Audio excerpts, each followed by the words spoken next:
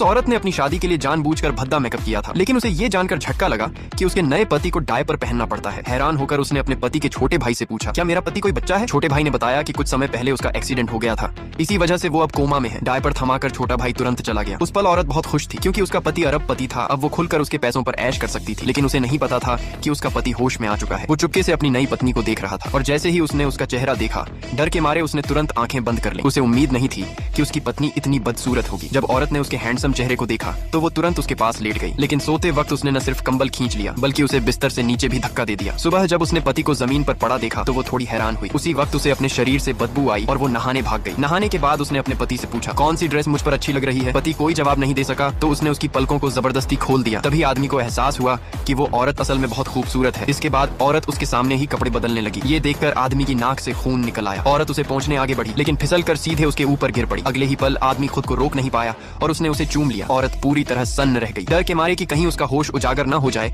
आदमी फिर से कोमा का नाटक करने लगा, क्योंकि उसने उसके दादाजी से वादा किया था कि वो उसका पूरा ख्याल रखेगी। औरत उसे नहलाने लगी। तभी उसने देखा कि उसके पति के पेंडेंट पर एक श्राप लगा हुआ है। उसे कुछ गड़बड़ लगी। वो तुरंत कमरे में दौड़ कर गई। वहाँ उसे कई ऐसी चीजें दिखीं जो उस श्राप को और मजबूत कर रही थीं। श्राप तोड़ने के लिए उसने गमले तोड़ दिए और दीवारों पर लगी पेंटिंग्स फाड़ दी। ये सब देखकर आदमी अंदर ही अंदर भड़क गया, क्योंकि वो सारी चीजें बेहद कीमती थीं। लेकिन तभी उसे एहसास हुआ कि उसके हाथ हिल सकते हैं। औरत के जाते ही वो पूरी तरह ठीक हो गया। फिर भी औरत की सच्चाई परखने के लिए उसने कोमा का नाटक जारी रखने का फैसला किया। जब औरत वापस आई तो उसे समझ नहीं आया कि वो व्हील चेयर पर क्यों बैठा है। वो मुश्किल से उसे उठाकर फिर से बिस्तर पर लिटाने लगी। उसी वक्त आदमी का छोटा भाई दरवाजे पर आ गया और अचानक उसने औरत से अपने प्यार का इजहार कर दिया। औरत को ये बेहद बेहुदा लगा। उसे टालने के लिए उसने कहा, चलो कहीं और बात करते हैं, लेकिन ये सुनते ही आदमी गुस्से में सीधा बैठ गया। पार्ट 2 देखना है तो कमेंट